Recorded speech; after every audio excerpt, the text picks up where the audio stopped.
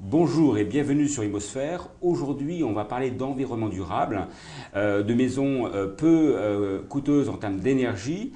Et bien pour argumenter, j'ai le plaisir d'inviter Caroline Cailleux, qui est maire de Beauvais. Bonjour Madame Cailleux. Bonjour. Pourriez-vous nous présenter en quelques mots la ville de Beauvais ?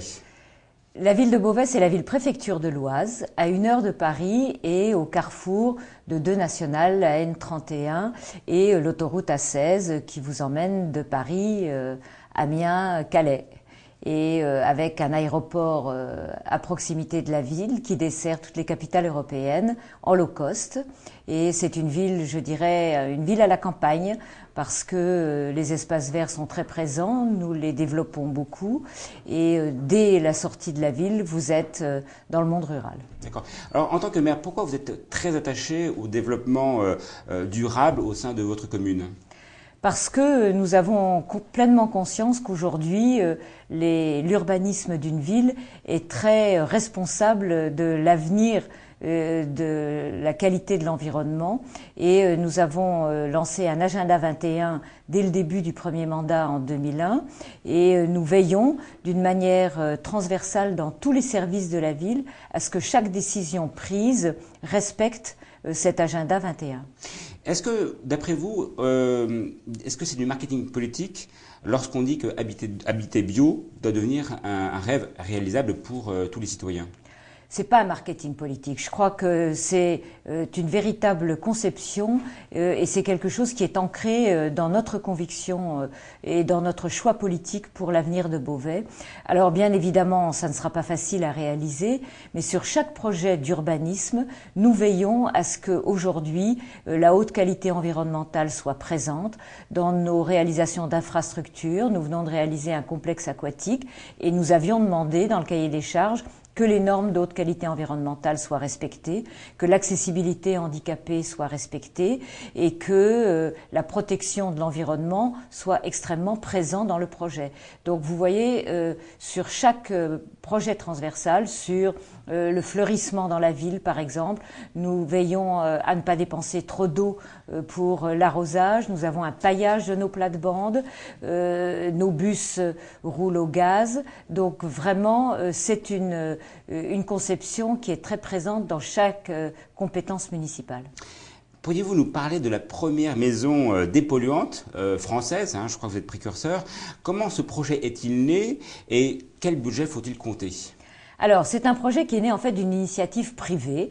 Les propriétaires de ce terrain en centre-ville avaient envie de construire une maison de très haute qualité environnementale, voire dépolluante, ce qu'ils sont en train de réaliser. Ils savaient que nous étions un peu en pointe sur le développement durable, sur la protection de l'environnement, et ils sont venus nous proposer cette construction avec des murs qui sont revêtus d'un ciment particulier, ce ciment Calcia pour ne pas le citer, et qui coûte alors 10% de plus qu'un ciment normal. Ce ciment est donc auto-nettoyant et ça a un avantage, c'est que bien évidemment il ne se salit pas et il ne rejette pas dans l'atmosphère des gaz polluants. Et puis cette maison est aussi dépolluante en ce sens qu'elle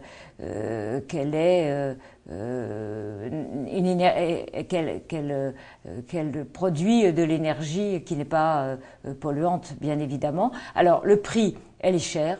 La maison coûte en construction à peu près 260 000 €. Donc on voit que c'est une première initiative et que les méthodes devront pour faire baisser les prix se multiplier, bien évidemment, mais nous avons été très sensibles à ce projet et puis tous les modes de construction sont en très haute qualité environnementale. D'accord. Face à la consommation d'espace que demande une maison neuve en secteur diffus, aujourd'hui le problème est posé, est-ce que vous pensez que la maison neuve en centre-ville a un bel avenir dès lors qu'il y a un projet, une implication municipale ? Alors c'est vrai que elle peut avoir un avenir en centre-ville, mais le prix du terrain est nettement plus cher que sur des zones de lotissement où il y a un certain nombre d'aménagements qui sont possibles et où les terrains sont un peu moins chers. Donc je suis très consciente que là c'est une expérience importante où les propriétaires avaient le terrain, parce que vous imaginez bien, quand je parle de 260 000 euros, il faut rajouter le prix du terrain. Par contre, dans le cadre d'une initiative sur un lotissement, on peut très bien faire baisser le prix du terrain en faisant des conditions particulières, en apportant des subventions sur un lot qui est sans doute plus difficile à réaliser sur une niche en centre-ville.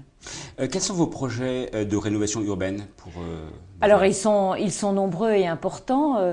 Si on parle de rénovation urbaine au sens strict du terme, dans le cadre de l'opération de Landru, nous avons un quartier de Beauvais sur lequel, sur environ une dizaine d'hectares, nous avons une grosse opération d'une valeur de 110 millions d'euros où nous allons détruire un certain nombre de logements qui étaient quasi insalubres, et nous allons reconstruire à la fois des pavillons, à la fois des petits immeubles, et surtout nous allons proposer toutes les gammes de logements sociaux en location, de logements en accession sociale à la propriété, de loyers libres. Nous allons nous efforcer d'offrir une offre variée pour tous les porte-monnaies, pour tous les goûts, et de recréer sur ce quartier une véritable mixité sociale. Avec à la clé de l'emploi.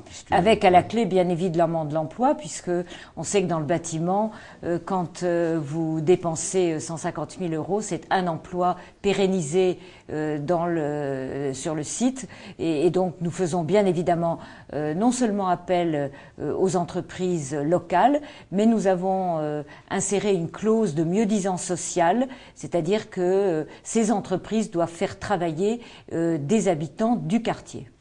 Est-ce que c'est une utopie d'imaginer toutes les communes de France, ou presque toutes, qu'elles deviennent des écovilles, donc qu'elles privilégient cette dimension environnementale? Est-ce que vous pensez que c'est une utopie, ou ça va venir rapidement?